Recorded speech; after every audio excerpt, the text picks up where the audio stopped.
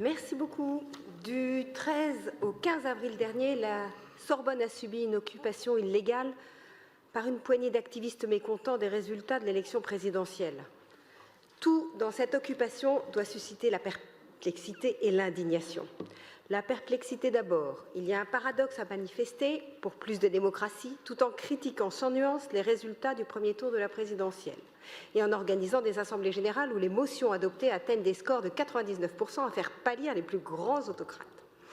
L'indignation ensuite. Cette occupation a privé l'ensemble des étudiants d'accéder aux locaux. Ces mêmes étudiants qui ont subi de plein fouet la crise sanitaire et les cours à distance ne méritent pas que leurs universités ferment leurs portes à nouveau en période d'examen. Il en va aussi bien de leur morale que de leur vie sociale. C'est tout l'écosystème universitaire parisien qui a été ébranlé, craignant des répliques d'autres universités et sites fermés. C'est le cas du site de Censier, de Paris 8 à Saint-Denis et de l'EHESS. L'indignation toujours, avec tout le matériel informatique et le mobilier saccagé. Ces militants violents sont livrés à une dégradation méthodique des livres, ouvrages rares, thèses et de nombreux vols de matériel qui pourtant doivent bénéficier à tous les étudiants. Le patrimoine n'a pas été épargné, les murs, les boiseries ont été tagués. La chapelle, partie intégrante du patrimoine de la Sorbonne, n'y a pas échappé non plus, véritable réceptacle de leur colère. C'est inacceptable.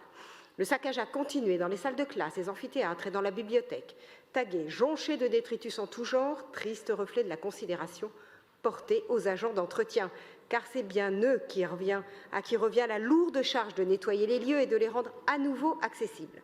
Sans compter la somme de plusieurs centaines de milliers d'euros que la remise en état de ce patrimoine va coûter aux contribuables.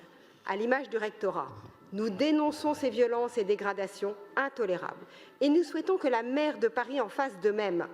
Une participation financière de la ville de Paris aux réparations pourrait être envisagée en accord avec la chancellerie des universités de Paris. Je vous remercie de votre écoute.